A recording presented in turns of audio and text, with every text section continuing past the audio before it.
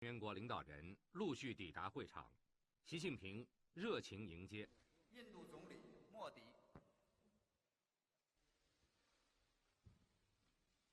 巴基斯坦总统侯赛因、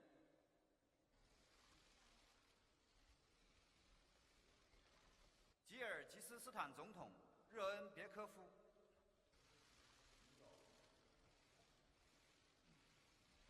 乌兹别克斯坦总统米尔济约耶夫、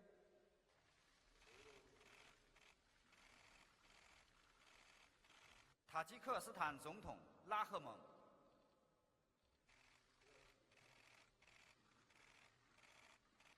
哈萨克斯坦总统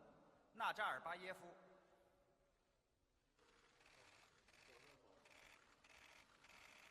俄罗斯总统普京。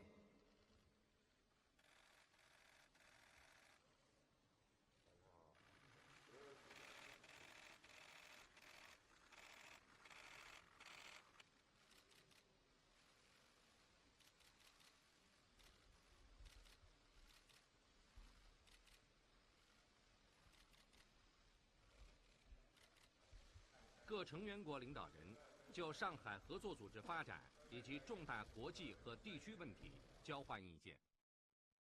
习近平在讲话中指出，上海合作组织成立17年来，面对国际风云变幻，秉持上海精神，取得重大成就，成为世界上具有重要影响的综合性区域组织。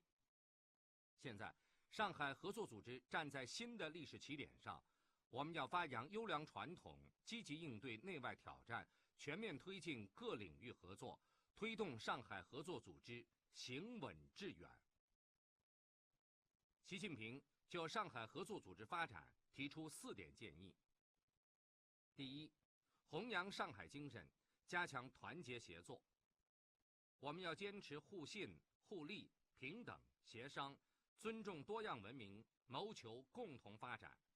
要深化团结互信，加大相互支持，把扩员带来的潜力和机遇转化为更多实实在在的合作成果。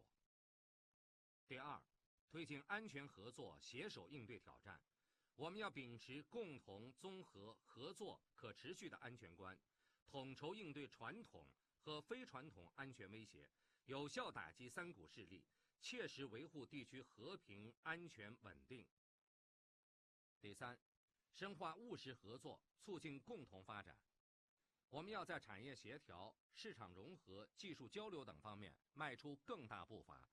要本着共商共建共享原则，加强基础设施建设，互联互通。各成员国领导人高度评价中方担任主席国1年来，为推进成员国合作和本组织发展所作贡献，